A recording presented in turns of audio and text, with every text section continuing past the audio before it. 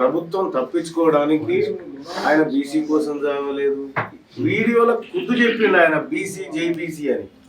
సిగ్గులేని ప్రభుత్వం. లేదన్న ఆయన చనిపోయే ముందు కూడా లాస్ట్ ఆఖరి మాట కూడా అన్నాడు అన్న. చనిపోయేటప్పుడు కూడా అన్నాడు ఆయన, ఎందుకే ఇంతగానో ఇది చేస్తున్నావు అంటే జేబీసీ జేబీసీ అని అన్నాడన్న.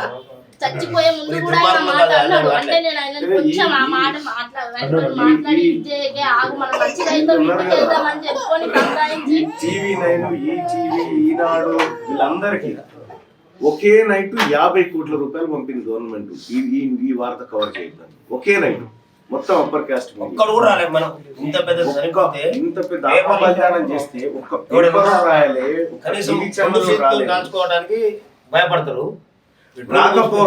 రాకపోగా ఇప్పుడు ఈ దొంగ మీడియా అంతా ఏం ప్రచారం చేస్తుంది, ఆయన బీసీ కోసం చనిపోలేదు, చెప్పు తీసుకొని కొడతా అని చెప్పిన.